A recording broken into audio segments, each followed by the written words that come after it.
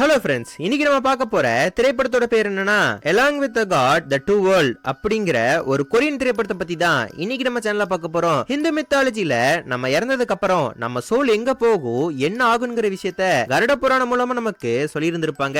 ஏன் நம்ம அனியன் படம் பார்த்து கூட இத பத்தி நம்ம தெரிஞ்சிருப்போம். ஆனா கொரியன் மித்தாலஜிய ஃபாலோ பண்றவங்களோட சோல் அவங்க இறந்ததுக்கு அப்புறமா எங்க போகும், என்ன ஆகும், அத பத்தி தான் இந்த திரைப்படத்துல சொல்லியிருக்காங்க. சீரியஸா இந்த திரைப்படத்துல வர ஒவ்வொரு சீனும் கண்டிப்பா பிரமிக்க வைக்கும். நீங்க கொரியன் மித்தாலஜியோட நரகத்தை பார்த்தது இல்லைனா இப்ப உங்களுக்காக நரகத்தை காட்டுறேன்.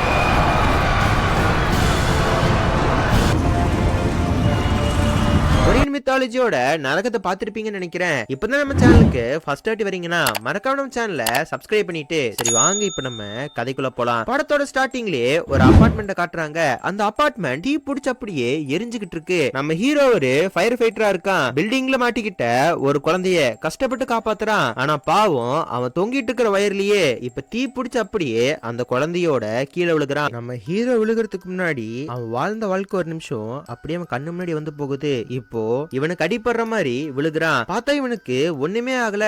இப்போ அந்த குழந்தைய பார்த்துமே கண்ணா அப்பா அம்மாட்ட ஓடு அப்படின்னு சொல்ல இவனும் அந்த குழந்தைகிட்ட போய் உன் பேர் என்ன அப்படின்னு கேட்க அந்த குழந்தையும் சரி அந்த குழந்தையோட பேரண்ட்ஸும் இவனை சீண்டவே இல்ல. இவனுக்கு ஒண்ணுமே புரியல.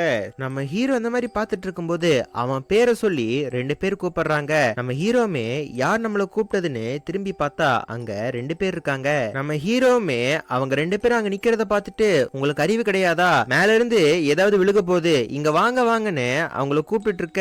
நம்ம ஹீரோமே இவங்களை கூப்பிட்டு இருக்கும் போது இவன் ஃப்ரெண்ட்ஸ் எல்லாம் இவன் உடம்ப புடிச்சு அழுகிறத பாக்குறான். இவனுக்கு ஒரு நிமிஷம் ஒண்ணுமே புரியல. வந்தவங்களுமே எப்படி நீங்க தைரியமா மேல இருந்து கீழே குதிச்சீங்க, உங்களுக்கு உண்மையிலேயே பெரிய மனசுதான் போங்க, பேசிக்கிட்டே நான் தான் உன்னோட கார்டியன், நாங்க மொத்தம் 3 பேர் இருக்கோம், என் பாஸ் உன்னோட ஃபியூனரலுக்கு போயிருக்காரு, அங்க போய் நல்லா சாப்பிட்டுட்டு இருப்பாருன்னு நினைக்கிறேன், நீ எங்க கூட சொர்க்கத்துக்கு வரணும், அங்க உனக்கு 49 நாள் டெஸ்ட் வைப்பாங்க, அந்த டெஸ்ட்ல நீ கண்டிப்பா பாஸ் ஆயிருவ, ஏன்னா நீ ஒரு பேரகன் அப்படின்னு சொல்ல அங்க இருந்த இன்னொரு பொண்ணு, அந்த பொண்ணு நம்ம சின்ன பொண்ணுன்னு கூப்பிடுவோம், அந்த சின்ன பொண்ணுமே ஆமா உன்னால ஈஸியா மறுஜன்மம் எடுக்க முடியும், ஏன்னா நீ ஒரு பேரகான், 422 வருஷமா யாருமே அவங்க உயிரை கொடுத்து இன்னொருத்தங்க உயிரை காப்பாத்தினதே கிடையாது, நீ ஒரு குட் சோல் அப்படின்னு சொல்ல நம்ம ஹீரோக்கு ஒண்ணுமே புரியல. நான் எங்க அம்மாவை பார்க்கணும், நான் எங்க அம்மாவை பார்த்துட்டு வந்துறேன்னு குழந்தை மாதிரி அம்மா அம்மான்னு கதறிக்கிட்டு இருக்கான். ஆனா இவங்க ரெண்டு பேரும் சொர்க்கத்துக்கு அனுப்பி வைக்கிறாங்க. நம்ம ஹீரோ அப்படியே சுழல் வந்து இழுத்துட்டு போகுது. இப்போ இங்க இருந்து கட் பண்ணா நம்ம ஹீரோவை கூட்டிட்டு போறதுக்கு ரெண்டு பேர் வந்தாங்கல்ல அவங்களோட கேப்டனை காட்டுறாங்க. இவன் உட்கார்ந்து சத்த வீட்டுல சாப்பிட்டுட்டு அப்படியே சுத்தி பார்த்துட்டு இருக்கான். நம்ம ஹீரோட அம்மா கதறி கதறி அழுக. ஹீரோட தம்பிக்காரன் அம்மா போதும் வாங்கி கிளம்பலான்னு அவங்க அம்மாவை பிடிச்சு இழுத்துட்டு போயிட்டு இருக்கான். இப்ப அப்படியே மேலோகத்தை காட்டுறாங்க. செத்து போன லட்சக்கணக்கான பேர் அங்க அலைஞ்சுகிட்டு இருக்காங்க. நம்ம ஹீரோ ஒருத்தன் கூட்டிட்டு வர பாத்தீங்களா, அவனை இனிமே நம்ம அசிஸ்டன்ட் கூப்பிடுவோம். அசிஸ்டன்ட்டுமே இதுதான் மேலோகம், இங்க இருந்த உன்னோட 49 நாள் ரயில் ஆரம்பிக்க போகுது அப்படின்னு சொல்லிட்டு இப்போ பேசிக்கிட்டே போகும்போது அவங்களோட கேப்டன் வரான். இனிமே இவனை நம்ம கார்டியன் கூப்பிடுவோம். நம்ம சின்ன பொண்ணுமே நம்ம ஹீரோட பேரகான் கார்டு எடுத்து எல்லாரும் பாருங்க பேரகான் வந்திருக்காருன்னு ரொம்ப சந்தோஷமா அந்த கார்டை ஒரு சிலையோட வாய்க்குள்ள போடுறா. இப்ப அப்படியே ஒரு டோர் ஓபன் ஆக இப்ப இவங்களும் அதுக்குள்ள போறாங்க. பார்த்தாது ஒரு எரிமலை தீவு. இத பார்த்த அசிஸ்டன்ட்டுமே டேய் யாரையாவது கொலை பண்ணிட்டியா, கொலை பண்ணவங்க மட்டும்தான் இங்கெல்லாம் வருவாங்க, சொல்லு யார கொலை பண்ண அப்படின்னு கேட்க நம்ம ஹீரோக்கு ஒண்ணுமே புரியல.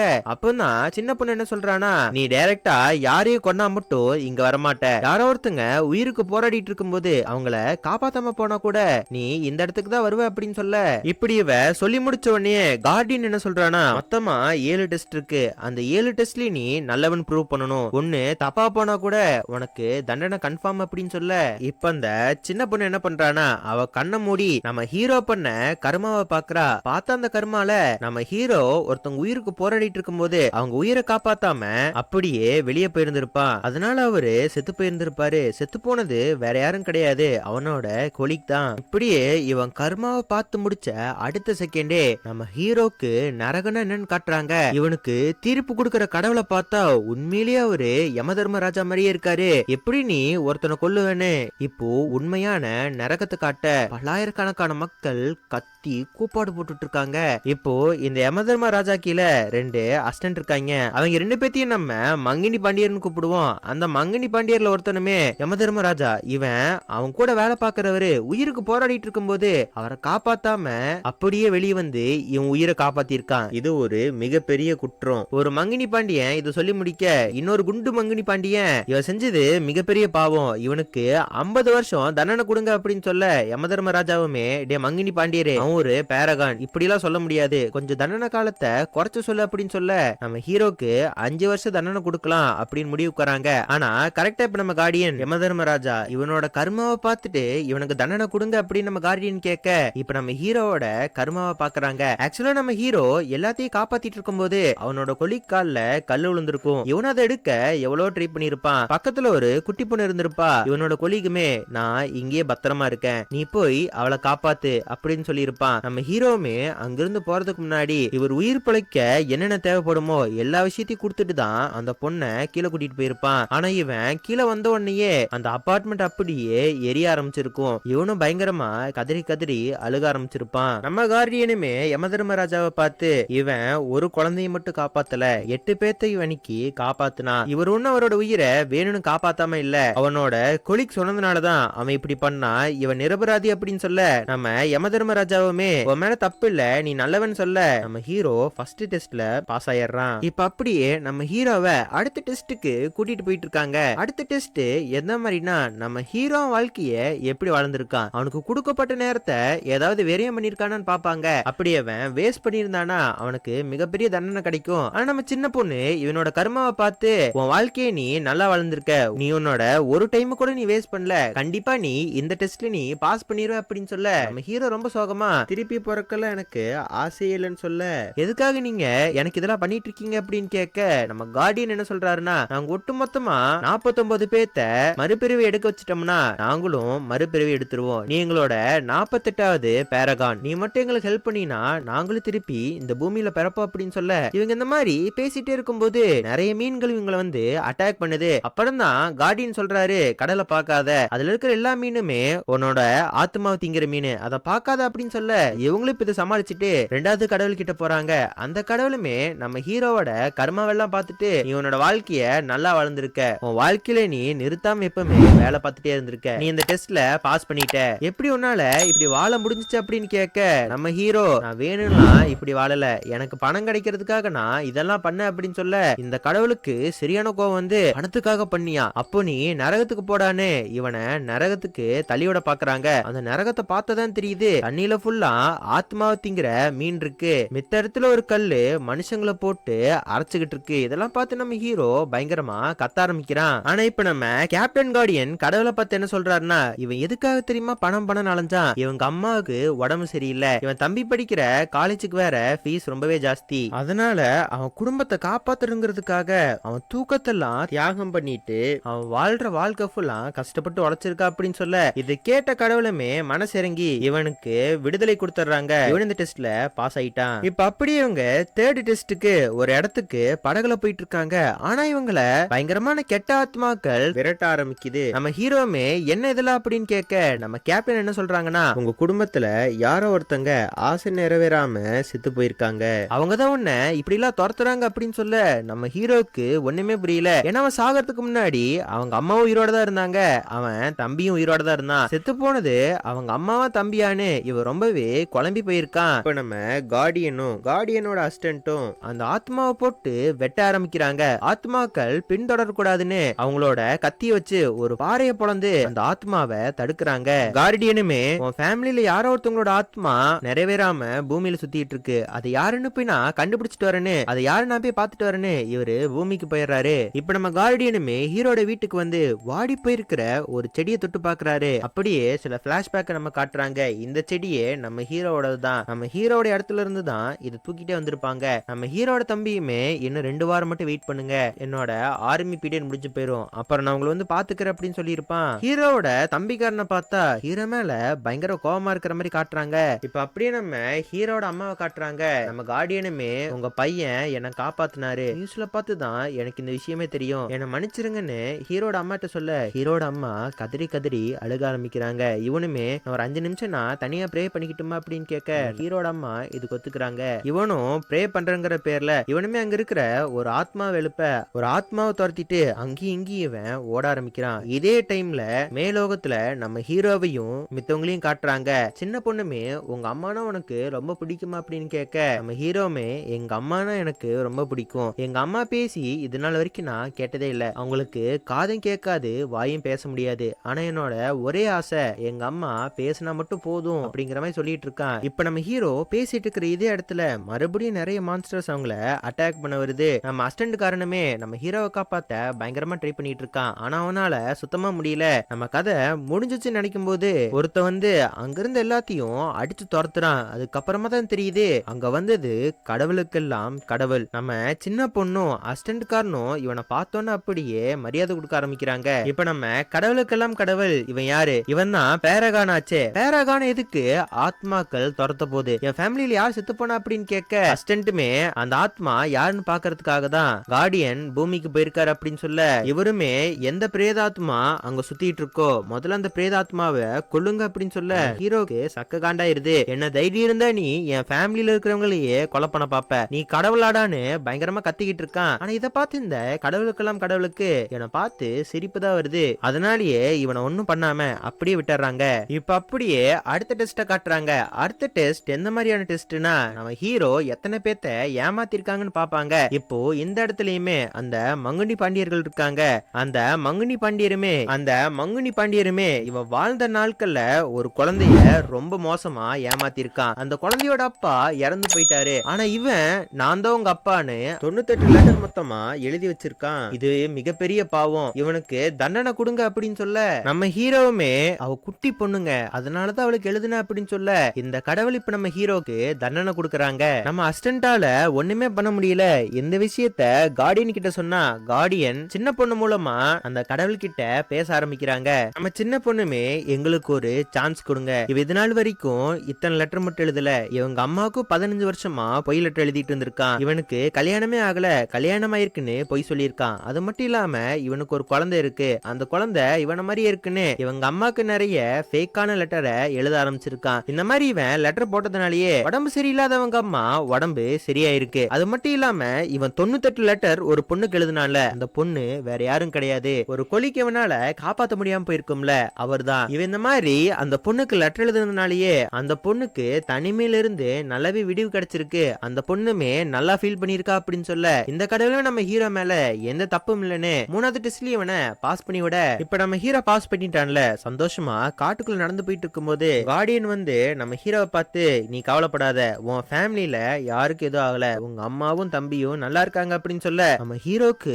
ரொம்ப சந்தோஷம். நம்ம ஹீரோ அந்த சைடு போன உடனேயே செத்து போனது அவன் தம்பி தான். ஆனா தம்பிக்கு என்னாச்சுன்னு இன்ன வரைக்கும் எனக்கு தெரியல, அதை நான் பாத்துக்கிறேன், அவனை நீங்க பாத்துக்கோங்க அப்படின்னு சொல்ல இப்ப நம்ம ஹீரோட தம்பிக்கு என்னாச்சுன்னு காட்டுறாங்க. நம்ம ஹீரோட தம்பிக்காரன் ஒரு ஆர்மி மேனா இருப்பான். அவனையும் இன்னொரு பையனையும் வாட்ச் டவர்ல டியூட்டி போட்டு இருந்திருப்பாங்க. இவன் கூட வேலை பார்க்கிற பையன் இப்பதான் ஆர்மிக்கு புதுசா வந்திருக்கான். அதனாலயே அவன் ரொம்ப பதட்டப்பட்டு கண்ணை அப்படி இப்படின்னு நோண்டிக்கிட்டு இருப்பான். ஆனா நம்ம ஹீரோட தம்பி டே தம்பி ஒன்னும் பயப்படாத, நான் உன் கூட இருக்கேன், வா கட்டிப்பிடி வைத்தியம் பண்ணா இதெல்லாம் போயிருன்னு நம்ம ஹீரோ அந்த பையனை கட்டிப்பிடிக்க அந்த பையன் தெரியாதனமா ட்ரிகர் அமுக்க நம்ம ஹீரோவோட தம்பியோட வயித்துல குண்டு பட்டு அவன் அப்படியே கீழே விழுக காணலுக்கு கூப்பிடு, அவரால் மட்டும்தான் உன்னை காப்பாத்த முடியும் அப்படின்னு சொல்ல இந்த பையனுமே காணலுக்கு கூப்பிடுறான். காணல் வந்து பார்க்கும்போது ஹீரோட தம்பிக்கு மூச்சே இல்ல. இதை பார்த்தவொன்னு காணலுக்கு ரொம்ப கடுப்பாயிருது. ஏன்னா இன்னும் 2 வாரத்துல இருக்கு ப்ரமோஷன் வரப்போகுது, இந்த விஷயம் தெரிஞ்சா ப்ரமோஷன் கிடைக்காதுன்னு ஏய் இவனோட பாடிய யாருக்கு தெரியாம நம்ம டிஸ்போஸ் பண்ணணும் அப்படின்னு சொல்ல நம்ம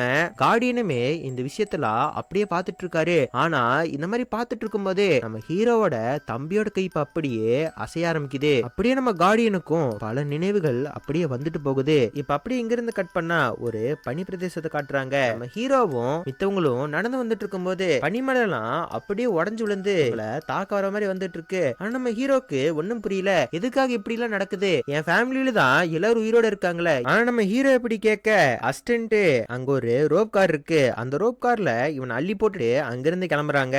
இப்ப அப்படியே ஹீரோட தம்பிக்கு என்னாச்சுன்னு காட்டுறாங்க.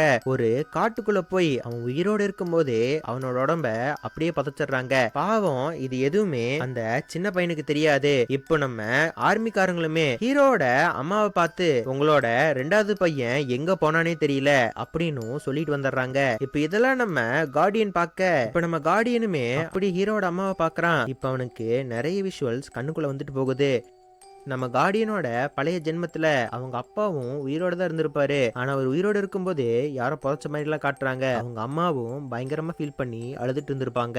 இப்ப இங்க இருந்து கட் பண்ணா நம்ம ஹீரோவை காட்டுறாங்க. சின்ன பொண்ணுமே அடுத்து நடக்கிற டெஸ்ட பத்தி சொல்லிக்கிட்டு இருக்கா. இங்க எந்த மாதிரியான தண்டனை எல்லாம் கொடுப்பாங்கன்னா, தன்னோட சுயநலத்துக்காக அடுத்தவங்களை என்ன வேணா பண்றவங்களுக்கு இங்க தண்டனை கொடுப்பாங்க. ஒரு ஐஸ் கியூப்ல அவங்கள போட்டு அப்படியே உரைய வச்சிருவாங்க. அவங்க 100 வருஷத்துக்கு மேல அங்கேயே உறைஞ்சு கிடப்பாங்கன்னு அந்த பனி பிரதேசத்தை காட்டினா உறைஞ்சு போனவங்க தான் அத்தனை பேருமே மலையா அங்க இருக்காங்க. இப்ப இவங்களும் அந்த இடத்துக்கு போயிட்டே இருக்கும்போது நம்ம ஹீரோவும் அவன் மெமரிஸ பத்தி அப்படியே சொல்லிட்டு இருக்கான். ஆனந்த சின்ன பொண்ணு, உனக்குலாம் அவனோட மெமரி ஞாபகம் இருக்கா? எங்களுக்கெல்லாம் எங்க மெமரி சுத்தமா ஞாபகம் இல்ல, நாங்க எப்படி செத்தோன்னு கூட எங்களுக்கு தெரியாது அப்படின்னு சொல்ல, நம்ம ஹீரோவுமே உங்க 3 பேத்துக்குமே மெமரி இல்லையா அப்படின்னு கேட்கும்போது இவளுமே அப்படி இல்ல, எங்க கார்டியனுக்கு மட்டும் அவரோட மெமரி கொஞ்சம் இருக்கு, ஆனா எங்க யாருக்கு கிடையாது அப்படின்னு சொல்லும் போது நம்ம ஹீரோவுமே இது ஹெல்லுன்னு பார்த்தா ரொம்ப அழகா இருக்கு அப்படின்னு சொல்ல, கார்டியனோட அசிஸ்டன்ட் ஒரு விஷயத்த வளர்றான். உன் தம்பியும் இங்க தானே வரப்போறான், அவனுக்கு இந்த இடம் ரொம்ப பிடிக்கும். இல்ல இல்ல, உன் தம்பி பிரேதாத்மா, அவன் கண்டிப்பா பூமியில தான் இருப்பா அப்படின்னு சொல்ல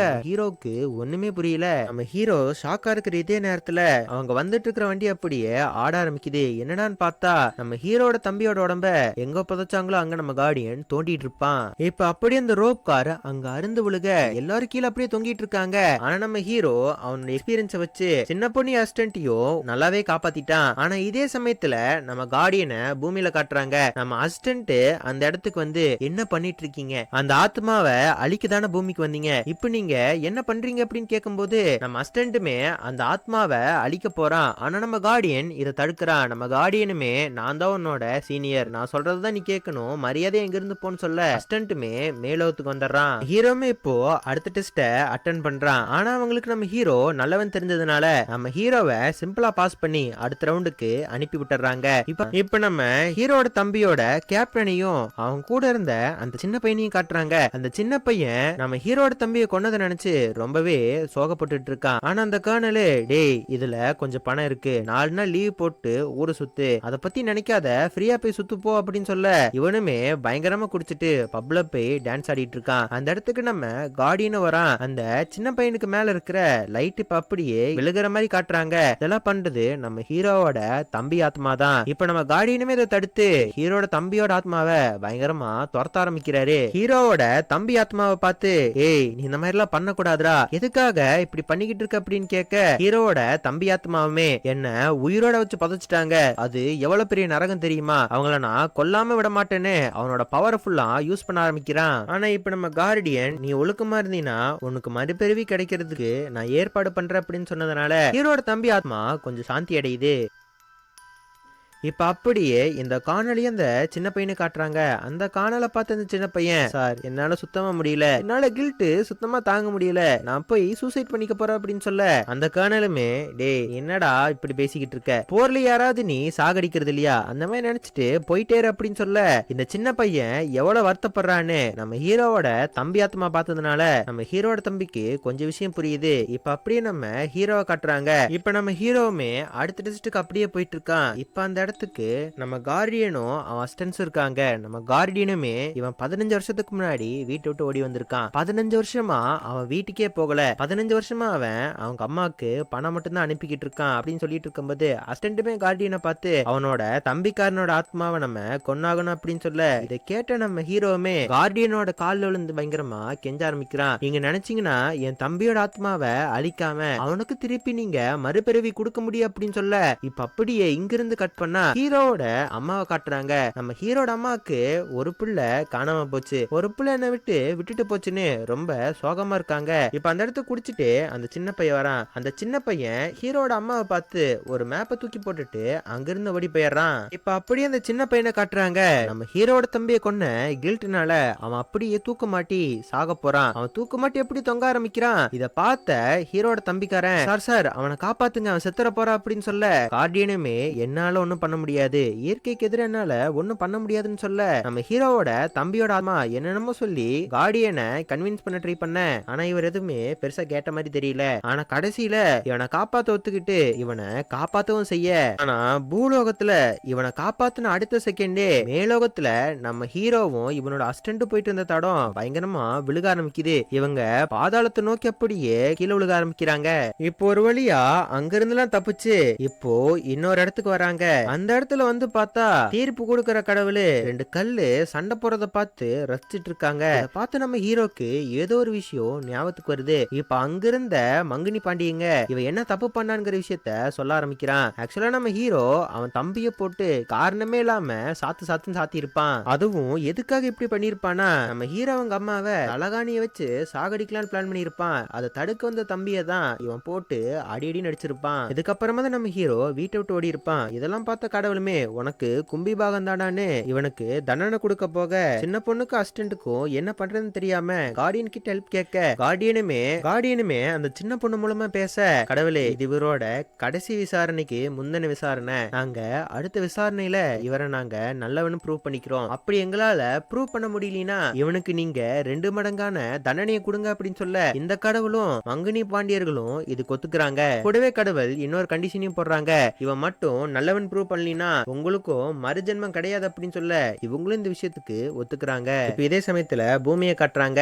நம்ம கார்டியனுமே ஹீரோட தம்பியை கூட்டிட்டு வந்து உடம்ப எங்க புதைச்சாங்களோ அந்த உடம்புக்குள்ள போக சொல்றாங்க. இப்ப இவனோட ஆத்மா அந்த உடம்புக்குள்ள போன உடனே இவன் அப்படியே மனுஷன் மாதிரி ஆயிடுறான். இப்ப அவனை கூட்டிட்டு அப்படியே இவனோட ஆர்மி கேம்புக்கு போறாங்க. ஆனா இவன் போறதுக்கு முன்னாடியே அவங்க அம்மா முன்னாடி பின்னாடியும் போர்ட வச்சுட்டு அந்த ஆர்மி கேம்புக்குள்ள போறாங்க.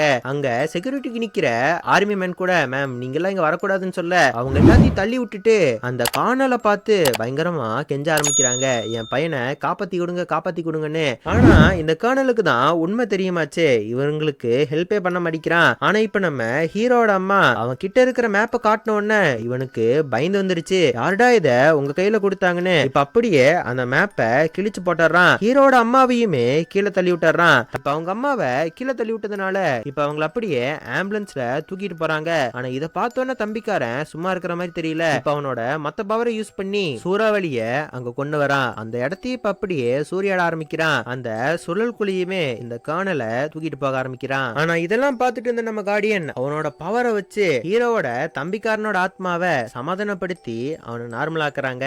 இப்ப அப்படியே கடைசி விசாரணையை காட்டுறாங்க. கடைசி விசாரணையில யாரு தீர்ப்பு கொடுக்க போறாங்கன்னா, கடவுளுக்கெல்லாம் கடவுள்னு ஒருத்தரை காட்டணும் பாத்தீங்களா, அவர் தான். இப்போ கடவுளுக்கெல்லாம் கடவுள் வழக்கு ஆரம்பிக்கிறதுக்கு முன்னாடியே நம்ம ஹீரோவை குற்றவாளின்னு சொல்லிடுறாங்க. இது கேட்டு நம்ம சின்ன பொண்ணுக்கு கண்ணுல இருந்து தண்ணியா வந்துட்டு இருக்கு. இன்னும் விசாரணையே ஆரம்பிக்கல, எதுக்காக அவனுக்கு இவ்வளவு பெரிய தண்டனை அப்படின்னு கேட்க, கடவுளுக்கெல்லாம் கடவுள் என்ன சொல்றாங்கன்னா, உலகத்திலேயே புனிதமானவ தாயினா அவனோட அம்மாவையே இவன் கொலை பண்ண பார்த்திருக்கான், கண்டிப்பா இவன் குற்றவாளி தான், இவனுக்கு தண்டனை நிச்சயம் அப்படின்னு சொல்ல, நம்ம சின்ன பொண்ணு என்ன சொல்றானா, அவங்க அம்மாக்கு இவன் இந்த மாதிரி கொலை பண்ண ட்ரை பண்ணாங்கிற விஷயமே சுத்தமா தெரியாது, ஏன்னா அவங்க தூங்கிட்டு இருந்தாங்க அப்படின்னு சொல்ல, கடவுளுக்கெல்லாம் கடவுள் என்ன பண்றாருன்னா கர்மா மூலமா அணிக்கங்க என்ன நடந்துச்சுன்னு பார்க்க ஆரம்பிக்கிறாங்க. பார்த்தா இவன் அவன் தம்பி அடிச்சிட்டு இருக்கும் போது பார்த்தா இவன் அவங்க அம்மாவை தலகாணி வச்சு கொல்லும் போது அவங்க அம்மா கண்ணை முழிச்சு பார்த்திருப்பாங்க. அவங்க கண்ணுல இருந்து தண்ணி பயங்கரமா வந்திருக்கும். பார்த்த நம்ம ஹீரோக்கு கில்ட் தாங்க முடியல, அங்கேயே கதறி கதறி அழுக ஆரம்பிக்கிறான். நம்ம ஹீரோமே இது தெரிஞ்ச அடுத்த செகண்டே, உங்களை கெஞ்சி கேட்கிறேன், எங்க அம்மாவை என்ன ஒரே ஒரு வாட்டி பார்க்க விடுங்க, எங்க அம்மாட்ட நான் மன்னிப்பு கேட்கணும் அப்படின்னு சொல்ல, இந்த கடவுளுக்கெல்லாம் கடவுளுமே உனக்கு நான் 15 வருஷம் அவகாசம் கொடுத்தேன், இந்த 15 வருஷத்துல உங்க அம்மாட்ட நீ மன்னிப்பை கேட்கல, கண்டிப்பா நீ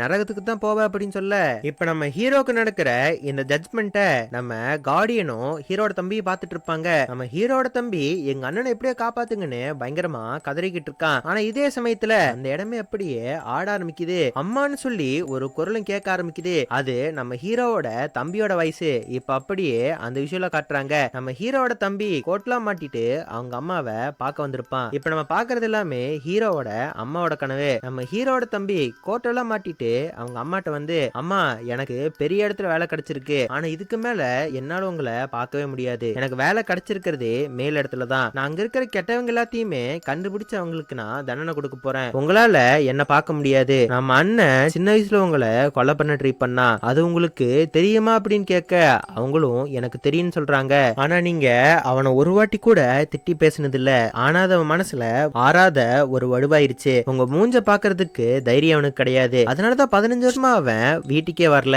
ஆனா உங்களுக்காக தான் அவ அத்தனை விஷயத்தையும் பண்ணிருக்கான். இதெல்லாம் கேட்ட நம்ம ஹீரோட அம்மா இப்ப அப்படியே பேச ஆரம்பிக்கிறாங்க. அவங்க அம்மா வயச நம்ம ஹீரோ இப்பதான் ஃபர்ஸ்ட் வாட்டி கேக்குறான். அவங்க அம்மா வயசு கேட்ட உடனே அண்ணெல்லாம் இவனுக்கு பயங்கரமா கலங்கி போச்சு. அவனை நான் தண்டிக்க விரும்பல, நான் என்னைக்குமே அவனை தண்டிக்க விரும்ப மாட்டேன் அப்படின்னு சொல்லி அம்மாக்கள்ல இருந்தும் கண்ணீர் அப்படியே வெளியே வர ஆரம்பிக்குது. நம்ம ஹீரோவுமே அவங்க அம்மாவும் அவன் தம்பியோட உருவம் தெரியுற அந்த மணலை புடிச்சு கதறி கதறி அழுக ஆரம்பிக்கிறான். அங்கிருந்து எல்லாருமே அழுகுறாங்க. மங்கினி பாண்டியர்ல ஒருத்தன் கூட கதறி கதறி அழுக ஆரம்பிக்கிறான். இப்போ இத பார்த்த கடவுளுக்கெல்லாம் கடவுளுமே கடவுளோட பெரியவங்க அம்மா தான். உங்க அம்மாவே உன்னை தண்டிக்கணும்னு நினைக்கல, நீயும் உங்க அம்மாட்ட மன்னிப்பு கேட்டுட்ட, நான் யாருப்பா உன்னை தண்டிக்கிறதுன்னு நம்ம ஹீரோ நல்லாத்மான்னு சொல்லி அவனுக்கு மறுஜென்மம் கொடுக்குறாங்க. நம்ம ஹீரோவுமே சின்ன பொண்ணை பார்த்து சந்தோஷப்பட்டுக்கிட்டு அப்படியே நம்ம ஹீரோ அடுத்த ஜென்மத்துக்கு போக இப்ப அப்படியே நம்ம கார்டியனை காட்டுறாங்க. நம்ம கார்டியனோட அசிஸ்டன்ட்டுமே பாஸ் உங்களுக்கு என்ன பாஸ் ஆச்சு, என்னோட ஆத்மா வலிக்கிறதுக்கு உங்களுக்கு இத்தனை நாளா, எதுக்காக இப்படி பண்ணிட்டு இருக்கீங்க அப்படின்னு கேட்கும்போது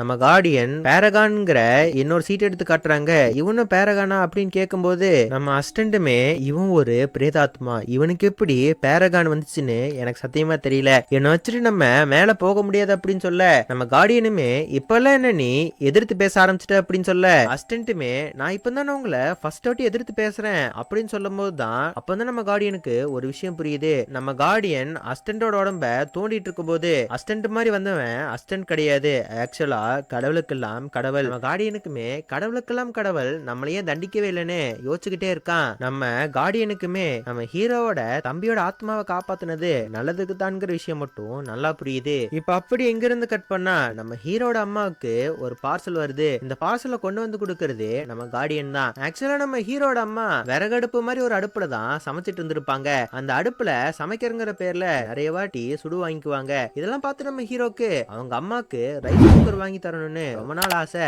ஆனா அவங்க அம்மாட்ட கொடுக்கலான்னு சொல்லி வாங்கி வச்சு ரொம்ப நாள் ஆச்சு. ஆனா அவங்க அம்மாக்கு வாங்கி வச்சு இந்த பொருளை அவனால கொடுக்க முடிஞ்சிருக்காது. அந்த ரைஸ் குக்கருக்குள்ளேயே ஒரு பேப்பரையும் வச்சிருந்திருப்பான். அந்த பேப்பர்ல உண்மையான எல்லா விஷயத்தையுமே நம்ம ஹீரோ எழுதியிருப்பான். அம்மா இதுக்கு முன்னாடி உனக்கு எழுதின எந்த விஷயமே உண்மை கிடையாது, எனக்கு இன்னும் கல்யாணம் ஆல, என்ன மாதிரி எனக்கு ஒரு குழந்தை இருக்குன்னு சொன்னதுமே பொய் தான். அந்த லெட்டர்ல நம்ம ஹீரோ ரொம்ப உருக்கமா எழுதி வச்சிருந்திருப்பான். நம்ம ஹீரோமே அந்த லெட்டர்ல நான் ஏன் தெரியுமாமா உன்னை சாகடிக்க ட்ரை பண்ணேன், டாக்டர் உன்னை காப்பாற்ற முடியாதுன்னு சொல்லிட்டாரு, டாக்டர் உன்னை காப்பாத்தணும்னா நிறைய செலவாகும்னு சொன்னாரு, உன்னை காப்பாத்துற அளவுக்கு என்கிட்ட வசதி இல்லம்மா, அதுதான் உன்னை கொண்டுட்டு நானும் தம்பியும் தூக்க மாத்திரை போட்டு செத்தரலான்னு பார்த்தோம், ஆனா எல்லாமே தப்பா போயிருச்சு, என்னை மன்னிச்சிருன்னு ரொம்ப சோகமா அந்த லெட்டர் எழுதி வச்சிருப்பான். இப்ப அப்படியே இங்கிருந்து கட் பண்ணா ஹீரோவோட தம்பியோட ஆத்மாவை கூட்டிட்டு இவங்க 3 பேரும் மேலோத்துக்கு வந்து இறங்குறாங்க.